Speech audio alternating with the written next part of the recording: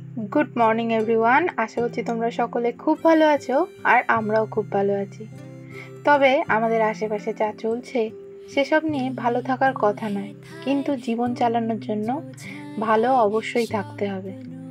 আর সর্বোপরি যেই লড়াইটা চলছে তার সাথেও থাকতে হবে। তাই আবারও বলি, উই ওয়ান্ট জাস্টিস। খুব দরকার এই জাস্টিসটা পাওয়ার, তাহলে সবাই আমরা সেফলি রাস্তায় চলাফেরা করতে পারবো। যাই হোক, আজকে চলো ব্লগটা শুরু করি। হঠাৎ করেই গিয়েছিলাম দিদির বাড়ি। হঠাৎ করে না, এর আগে এটা প্রি প্ল্যান ছিল বলতেই পারো। দিদির জন্মদিন ছিল, তাই দিদির বাড়ি চলে গিয়েছিলাম।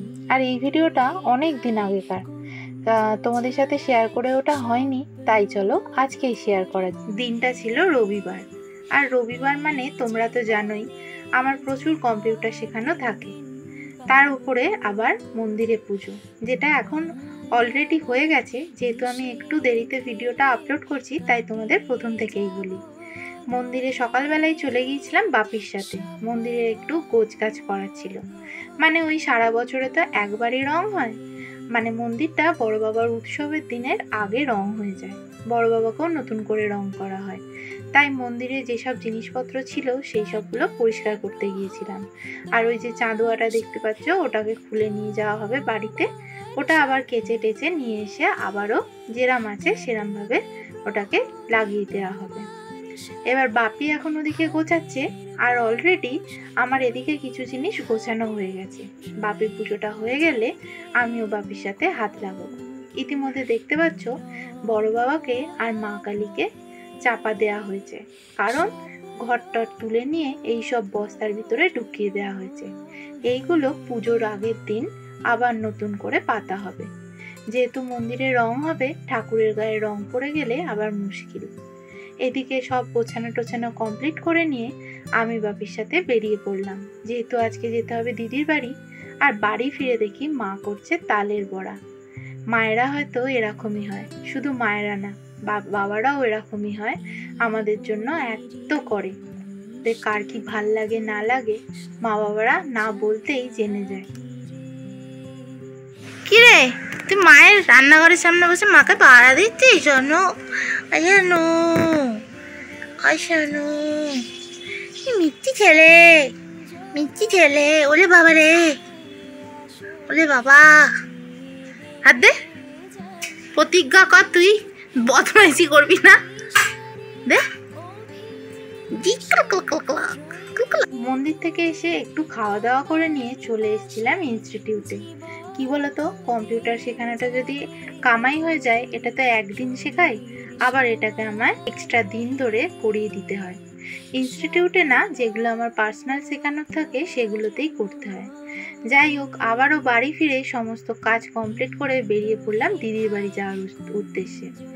একদম তল্পি তল্পা গুছিয়ে চললাম কয়েক ঘন্টা থাকার জন্য, কারণ আজকে রাত্রিটা কোনো মতে পার করে আবার আমাকে সকালের ট্রেন ধরে বাড়ি চলে আসতে হবে, কারণ অফিস আছে। আর এই যে কোলাঘাটের ব্রিজ পার করছি। কে কে এই জায়গাটা চেনো অবশ্যই কমেন্ট করো। অনেকেই চেনো, কারণ ওয়েস্ট বেঙ্গলের এদিক ওদিক থেকে অনেকেই আমাকে হয়তো দেখো। আচ্ছা, তোমরা কমেন্ট করো না কেন বলো তো? অবশ্যই কমেন্ট করো আজকে কে কোথা থেকে দেখছো। আস্তে আস্তে পার করে যাচ্ছি প্রত্যেকটা স্টেশন। আর দিদিদের বাড়ির এদিকে গেলে বেশ ভাল লাগে, ট্রেনটা তো ফাঁকা থাকে, দারুণ মজা হয়। ইতিমধ্যে দেখতে পাচ্ছ নিজে তো নিজের সিটে বসে আছি, আর নিজের ব্যাগগুলোকেও রেখেছি আর একটা সিটে। দেখতে পাচ্ছ তো, মানে একদমই ট্রেন ফাঁকা, নাহলে তো ওই সিটটার জন্য মারামারি শুরু হয়ে যেত। আর এই যে সেই তালের বড়া মা বানিয়ে দিয়েছিল, দারুণ হয়েছিল। অন্যবার একটু তেতো তেতো থাকে, কিন্তু এইবারে তালের বড়াটা একদম দারুণ হয়েছে। মায়ের হাতের জিনিস বলে কথা, দারুণ তো হবেই। আর আমার দিদি এটা খেতে খুব পছন্দ করে। আর কতটা নরম হয়েছে দেখো, দারুণ সুন্দর হয়েছিল।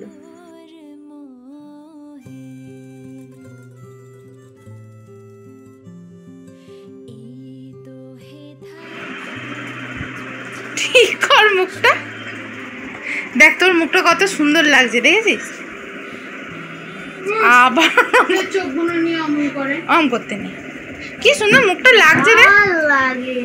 ভাল লাগেনি। কি সুন্দর তোর দেখ ঝোটন বেঁধেছিস। আজকে ছোট মাকে বলেছি তুই বোনের ধার দিয়ে দিয়ে আসবি।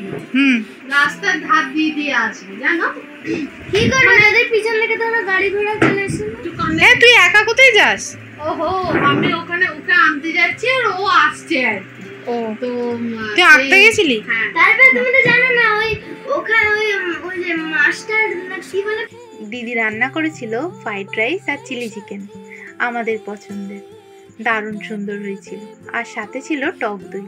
এদিকে আমারটাও হয়ে গেছে। আর ওই যে থালাটা দেখালাম ওটা আমার ছোটো মার নতুন থালা, তাই ও নতুন থালাতেই খেতে বসে পড়েছে।